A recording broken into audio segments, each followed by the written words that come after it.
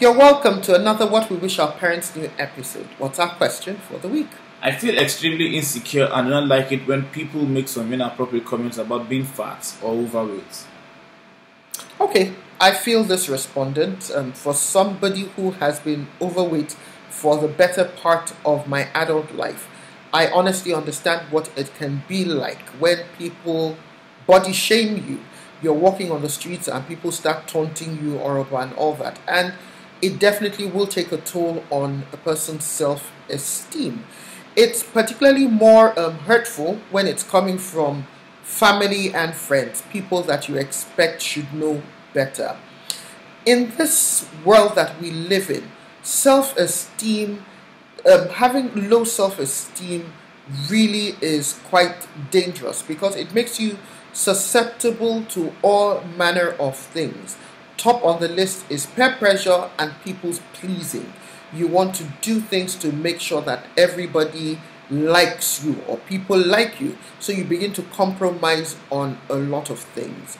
What can a parent do when you have a child who has self-esteem issues? First of all, I think it's important that I clarify the difference between self-confidence and self-esteem, because a number of people tend to believe that the fact that your self-confidence is high means that your self-esteem is high. That is really not the case. Self-confidence has a lot more to do with your accomplishments and your achievements. So you're very good at maths, and therefore your self-confidence in that area may be very high. However, self-esteem has to do with your perception of yourself, how you see yourself, and it has a lot to do with your self-talk. So if you're walking and you keep hearing people talking about how overweight you are, you just begin to feel as if you are not good enough. You do not measure up to the standards that are acceptable, and you keep telling yourself, I'm not good enough, I'm not fine enough, I'm not pretty enough, I'm too fat and all that. That definitely takes a negative toll on your self-esteem. What can a parent do to help a child that's struggling? One is, please do not join the multitude of people that are already making him or her feel bad about themselves.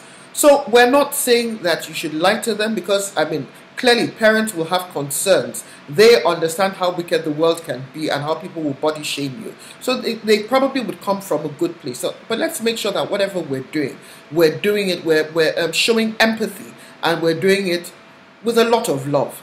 Two, do not mistake self-confidence for self-esteem. Understand that your child may be struggling, and therefore, yes, self-confidence, when you accomplish and when you excel, it helps to boost both. So encourage them to continue to excel, to continue to stretch themselves and go beyond, but do not compare. Comparison is one of the greatest killers of self-esteem, because what it keeps telling you is that you're not good enough until you're like Mr. X or Miss Y. So avoid comparing. Continue to help them to build resilience, to know that whether you like it or not, you cannot control the whole world. So some people will be mean to you and they will say mean things, but you need to have a healthy self-image of yourself. How do you do that? Stop focusing on the negatives. Look at your positives. Let them understand that every human being makes mistakes. So by the time they see that you accept yourself for who you are and you're not pretentious about your mistakes and your failings, they then begin to realize that, okay, I'm probably not that bad after all. Yes, I do have a few flaws, but nonetheless, I do have some great qualities. And as we keep doing that, we find out that their self-esteem is developing. Let's remember that self-esteem is a skill. What that means is that it can be learned. So the more we begin to work on it, the better we get and the healthier it is. It's important in this age that we live in that our children have healthy self-esteem. That comes from the image they have of themselves. And as parents, we play a critical role in helping them form that image by the words we speak to them and the things we say to them.